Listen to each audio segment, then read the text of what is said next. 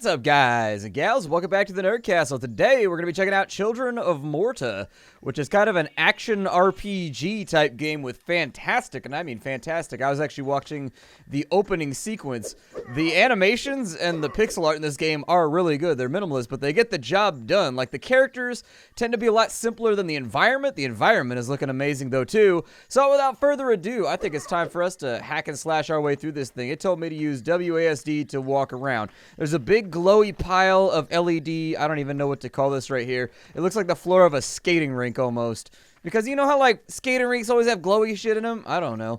I haven't seen a skating rink. All the skating rinks where I live went out of business, like, in the 90s. And so I haven't seen a skating rink in so long. It's got to be a tough business to be in. Four wheels, or are they inline? Either way, I think they still have four wheels, even if they're inline.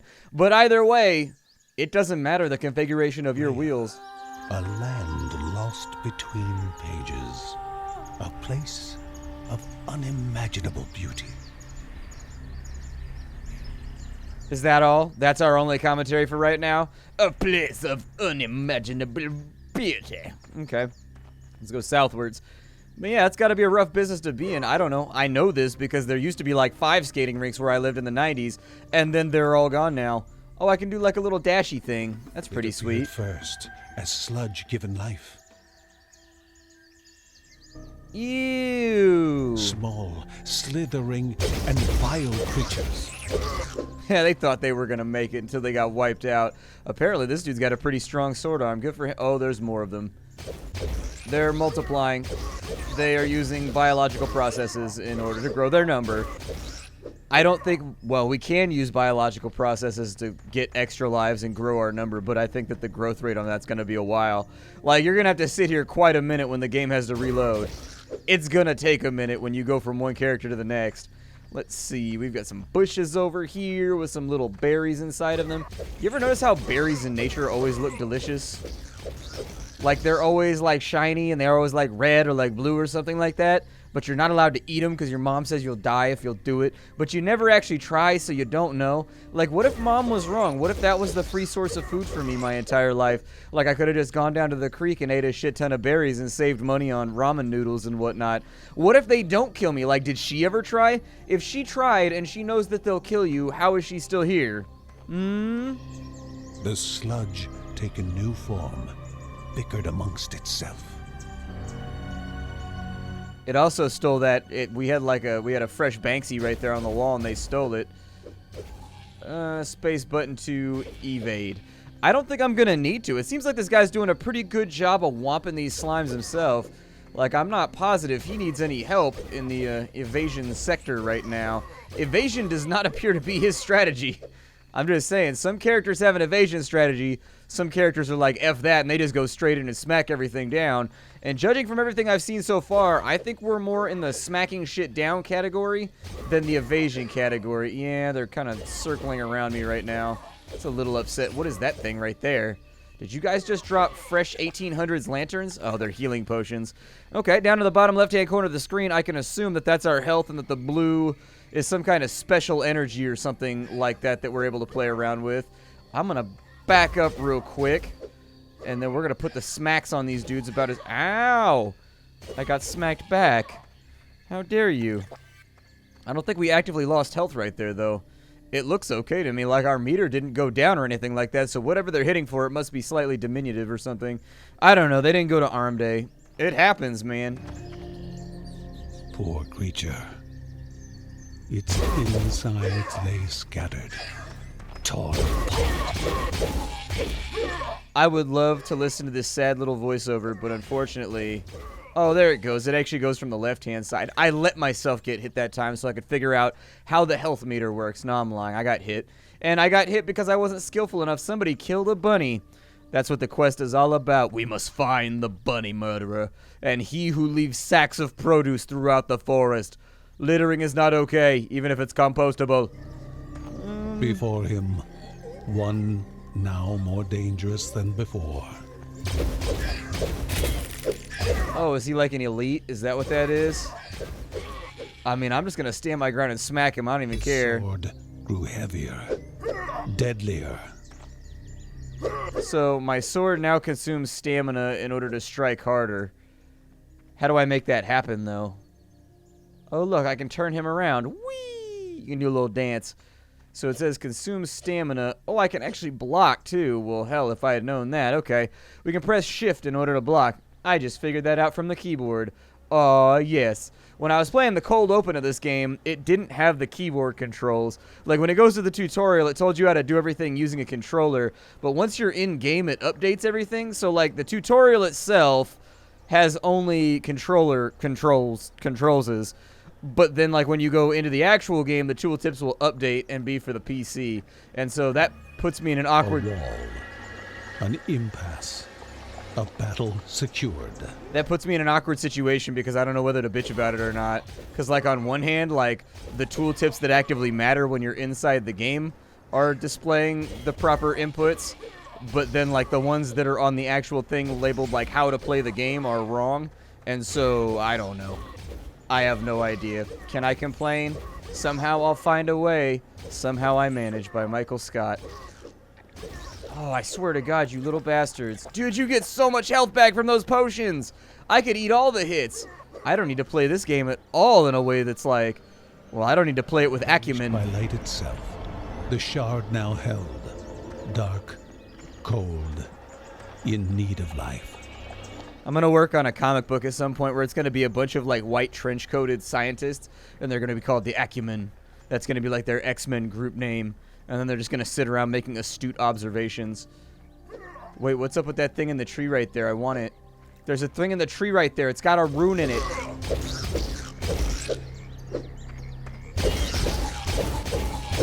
Oh, yeah, it does. My stamina goes down every time I connect with the enemy. I don't know if you saw that on my meter over there. But I deal increased damage until my stamina goes down. Stamina doesn't appear to have anything to do with anything. I want to know how I get that rune, though. Like, how do I make that mine? Can I, like, sneak through the back over here? Like, how does that become a thing that is my thing? Ooh, you can get it from right there. Adds fire damage to the primary attack. Hell yeah, I love fire damage. Flaming swords are like one of the coolest things that can ever happen to you in a book series and or video game. Like, that's what most heroes in 1980s RPGs were going for, is they just wanted to have a sword that was made out of fire. What is that right there? Like a busted out big TV? Also, what is that right there? There's a thing over here. Can I go get it? Like, is there a way for me to sneak back through here? This seems like the kind of game where you can sneak through the back of, like, various areas and then find awesome stuff and utilize it to make yourself a better adventurer. I don't know. It makes you wear black tank tops better. Black skinny jeans mow better. Can I smack that? Nope. You gotta try. It's like breaking pots in Zelda. You gotta give it a go. Ooh. That's right. I don't want to set the world on fire. I just want to start a blaze in your heart. Goblins. A familiar threat, albeit further out than usual. Ooh, he got one-shotted, though. He's not that much of a threat. That dude had a terrible day. I burned his ass to death. We took him to the roast. Oh, he almost got me right there, though. They tried real hard. That's what this battle is going to be called. The Battle of the Goblins who tried real hard. I don't use a shield. Gorgeous, but dangerous. These were a land of love found, of love lost.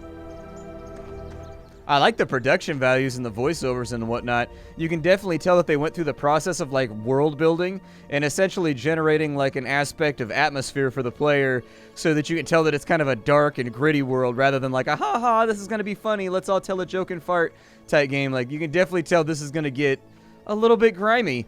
In addition, as far as playing the game goes, I'm impressed with the fact that the weapons feel like they... Violent and ill-bathed. The goblins were a constant but unfocused threat against Rhea. They did a really good job with the melee combat. There's a slight stop frame every single time you hit an enemy that causes the screen. There we go. I can speak words. It causes the screen to freeze ever so slightly. It's a pretty common effect, but a lot of games leave it out, and I can tell you 100% that if you've got like an action RPG game or a game where there's supposed to be heavy-handed melee taking place, you should always use that little stop screeze for that. Why do I keep saying screeze? I don't know why my voice wants to say screeze today, but I don't know. I guess my commentary is just not on point today. It's going to be the weakest commentary ever. The screen freeze is a good idea. Before him, a sacred ground to be left untouched in days past.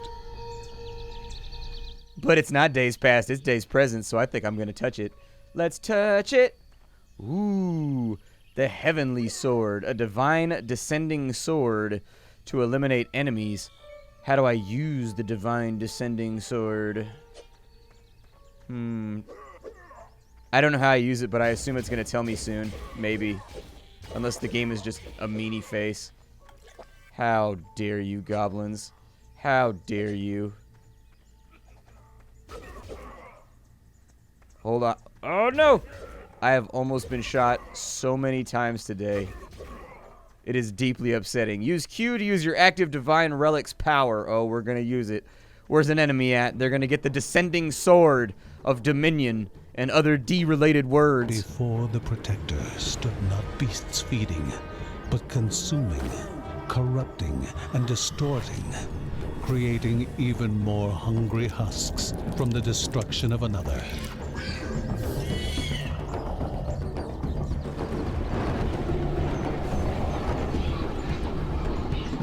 They're just going to up and leave. Like, they're going to do all that debauch shit, and then they're just going to leave when I come out and try to decide to enact some law enforcement out here. Do the descending sword. Descendant from the skies, eradicating all that is wicked. See, that's what I was talking about right there. Is it on a cooldown? Like, how does that work? Oh, no. I got to figure something out. Otherwise, we are going to get whomped on. I like all the little animations and stuff, too. It kind of reminds me of Saturday morning cartoons or some of the more fringe, like, Cartoon Network cartoons. Maybe a little bit of Samurai Jack in there as well. It's got kind of that feeling to it. I grew up watching Samurai Jack. I'm okay with this. Samurai Jack was dope. Although I also like the Scottish guy with the gun leg a lot better, too, but that was later on in the series. That's when Samurai Jack started doing all that weird time-traveling shit, and the show just got kind of out there. That tended to happen with 1990s cartoons. Like, I don't know if you've watched a lot of 1990s cartoons or not, but you ever notice how they always fall back on, like, time travel or some kind of weird shift in reality whenever the writers get to a point where they can't decide what to do with the show anymore? Like, look at Reboot, for example. It was like the show where the show took place inside of a computer. Never mind the fact that I never understood why did the computer get messed up. The shield felt heavier than normal. John gathered his thoughts, unsure of how he would explain what he had given witness to.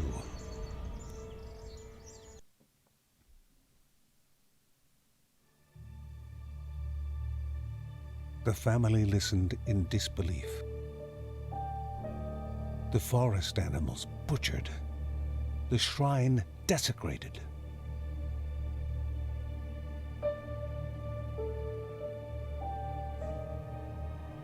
The groan of her chair broke the heavy silence. It was time to reveal their burden, their birthright that was the corruption. The gods are silenced, only a set of mortal hands to cleanse the falling darkness.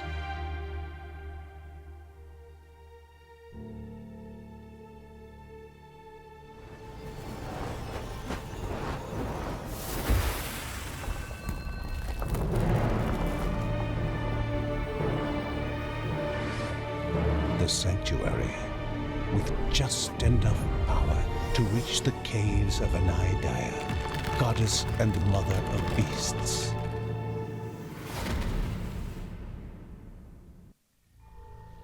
Is nobody going to ask why we have a Stargate in our basement? Like, I'm not trying to be an asshole right now, but I feel like if I ever went into the forest, saw a bunch of monsters, and I was like, Grandma, there's a bunch of monsters in the forest, and they messed with our Sunshine Shrine, and then she was like, oh, don't even worry about it, go through the Stargate in the basement, I'd be like, hold up, this just took a turn. But yeah, like, in a Reboot, right, why is it that in Reboot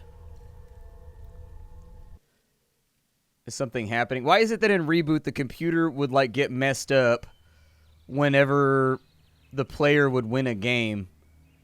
I don't know. Anybody see Linda's face today? She's getting it better. I need to train more. So I guess we can just pan and scan through the house from right here. This appears to be sort of like the hub gate for us to go in and do other stuff. We also can pick our characters, so the youngest of the Bergsons, Lucy sees the world as innocently as possible. Most would call Lucy brave for attempting the dangerous art of magecraft, but she's honestly oblivious to the perils. She's picked the craft up incredibly quickly from her grandma Margaret, and only wishes to grow in the ways of magic. Although young, no one doubts her ability to hold her own in combat. Okay. So we've got Lucy and we've got John, and it looks like the rest of the family can also be brought along. So I guess they're an adventuring family, or at least a family of varied skill sets. We'll stick with... Actually, let's try a new character real fast. We already played John. I want to see what's going on with the little girl that uses Mage Blasts, because maybe she does, like, ninja stuff with it. Ooh, hey, what's going on? So... Oh, she actually just... Oh... So she shoots fireballs, so this is much more, if you play with Lucy, it's much more like playing Gauntlet or something of that type. I guess I'll step on this thing over here. I have my doubts that I'm going to be able to... Oh, she does that little teleport attack too. She can't move while casting though, which slightly concerns me. She does, however... Oh my good lord, she is squishy. Ow! It hurts so much. So, like, can she pick up speed at all? Like, because it looked like I was attacking while I was moving a second ago, but then I was like, maybe I wouldn't. Wow, she's dead already? No HP.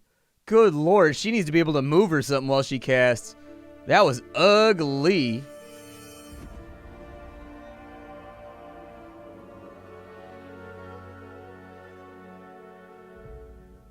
That was like, holy shit, ugly.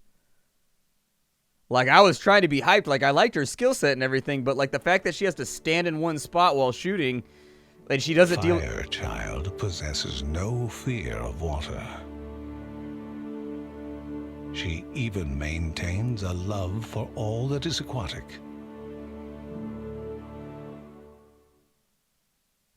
I guess we get a little backstory, too. Uncle Ben can use ancient cores to mend and upgrade various facilities around the house, which will help the family grow stronger. Where would we be without crafting and building inside of a modern indie game? You just can't have one without it. So I can pick stuff for Uncle Ben to work on over here, possibly. Well, there you go. We now have a training grounds. Select desired attributes from the left panel. Required common resource appears on the right panel. Locking the attribute views through the upgrade button. Okay, so we've got a training hall now. That's kind of cool. Let's go play the game, though, because I get the feeling that's why you're here. I'm going to try her again.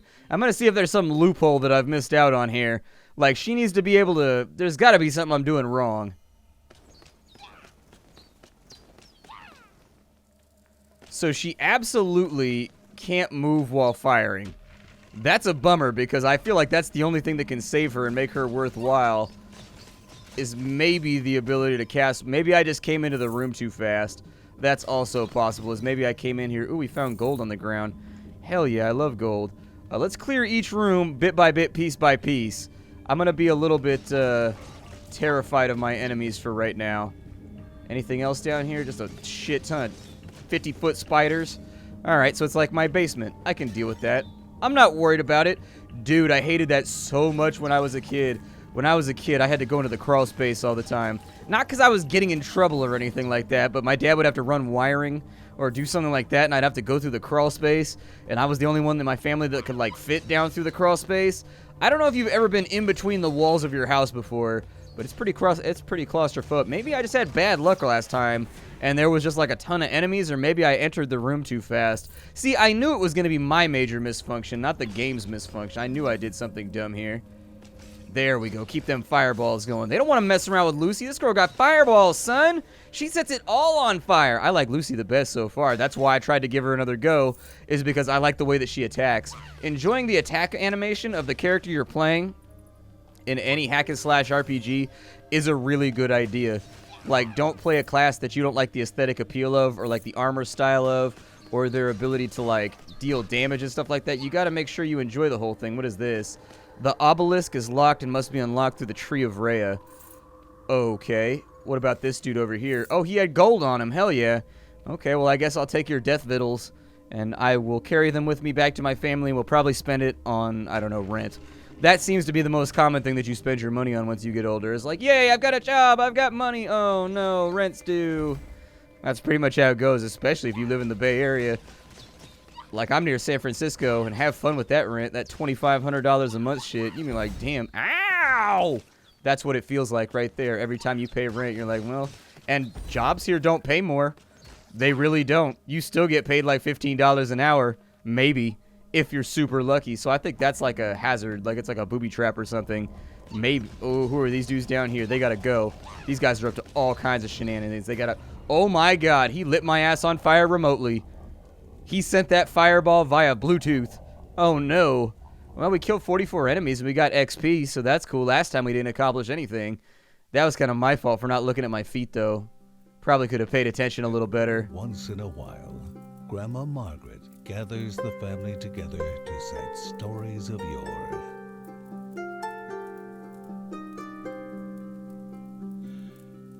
Huddled together, the crackling of the fire a perfect ambiance, the family happily listened to tales of her youth, of people long past, and of the mysteries that still surround Morta. I really like the little storyline periods in between each death. Like, you go down into the dungeon, you do the best you can, you go as far as you can, but I really like how they give you a little tiny storyline piece about one of the family members every single time you come up out of the dungeon. Like, they each have their own characteristics and skills and stuff like that. We could try out John. Where was the training hall at? Where did the... Oh, you can go way over here, too. So what is this? This is the training hall. So each gold is actually 1 gold as far as I can tell. So we can increase Begsons. Oh, they're the Begsons. I thought they were the Bergsons. Oh, they are the Bergsons. That's a typo. So the Bergsons damage, dude. That's what I'm all about. I'm living that damage life right now. Please believe. I do think it's a good idea. I'm sure it's just not implemented yet because the game's not out yet. But my guess is that when you click on that, it should give you kind of like a stony grinding sound when you push the button, like a or something like that each time you upgrade it. I don't know. Something that makes it feel intuitive to the player, like they just did something like heavy and awesome. We'll try out John this time. We've played around with Lucy. I like Lucy a lot. I think that Lucy's pretty dope. However, I think we got to play around with different characters. I don't know if for the sake of this demo, if we're going to get any of the other characters, but we've got like 2 really cool characters that I'm enjoying playing so far, and so I'm actually kind of excited to see what the developer is going to do with the rest of the characters, because like, you know, when you play games like this, sometimes there's characters you do and don't like. Well, normally within the first 2 to 3 characters, I've gone like, nah, I don't like this. And I like Lucy and I like John. I think they both play it in a unique way that's fun and just intuitive. Like, they both have their own thing. Like, Lucy's got tons of damage if you can get her to spin up like a minigun, but she has to hold still in order to do it. And so unless you're engaging enemies from crazy long range, you're probably getting whopped on. Whereas John, I don't know what that is, but I don't want to stand near it. John has the ability to deal a ton of damage, but he's got to be face-to-face with the enemy to find out what that feels like. There's a little bit of gold right there. I would like to see a gold counter on screen that pops up every single time we pick up gold. I don't see one around. I don't know what that is, but I don't see a gold counter anywhere. But I don't know. I like gold counters that go ting, ting, ting, ting, ting, ting, and they make like jingle sounds. I know a lot of other players like that too. So, you know, if we're in the market to add requests to the game, I mean, it's one of those things that you don't like really need, but it's fun to have, you know what I mean? Like, you kill an enemy, and then a bunch of gold sucks into your character, and then it goes ding, ding, ding, ding, ding, ding, ding, ding, and it feels like you won the lottery. Everybody loves that. That's like the fundamental, that's the defining feature of the Diablo games. It's just money exploding everywhere every time you kill an enemy, making you feel like you've accomplished something. I don't suppose I've got a special ability right now, do I? So the spiders shoot webs. Oh my god. That was so much damage. On the left-hand side, it appears as though that's our XP bar right there. That primal rage-looking health bar over there is actually our XP. I'm okay with it. I think I can live with that. I've never fought a big spider before, so I don't know what's going to happen. Ooh, I knocked the gold teeth out of that spider. That spider thought he was going to bounce out on me like a pirate with gold teeth and everything, and I was like, nah, cuz, nah. I'm going to break that right there because treasure lets me upgrade my stuff. With that damage upgrade right now, we are just laying the shit out of things. He's going to shoot some webs at me. All right. I'm going to try my best to hack and slash my way through this. I was going to say, I can't guarantee I'm not going to eat those hits right there. But this game is pretty remarkably well put together. If you like hack and slash top-down RPGs, this little indie game, Children of Morta, is definitely Something I would check out and keep an eye on. Uh-oh, I think I just made a mistake. Fight them back into a corner where they can't get around me. If they can get around me, that's... Oh, yeah, they're behind me now. Ooh, I leveled up again, though. That's good. That'll help out ever so slightly. That'll show them. Did you just try to light me on fire via Bluetooth again, man? I swear to God, you need to take your Best Buy walking ass back wherever you came from. You better bounce up out of here. Mm-hmm. Oh, no! I almost got hit with arrows. It was terrifying. See, I would like it if I could knock his fireballs back at him with my sword. That'd be so legit. Imagine how much of a badass you would be if a dude charged up a Kamehameha attack and you were like, nah, son, and you just bounced that back at him with your sword.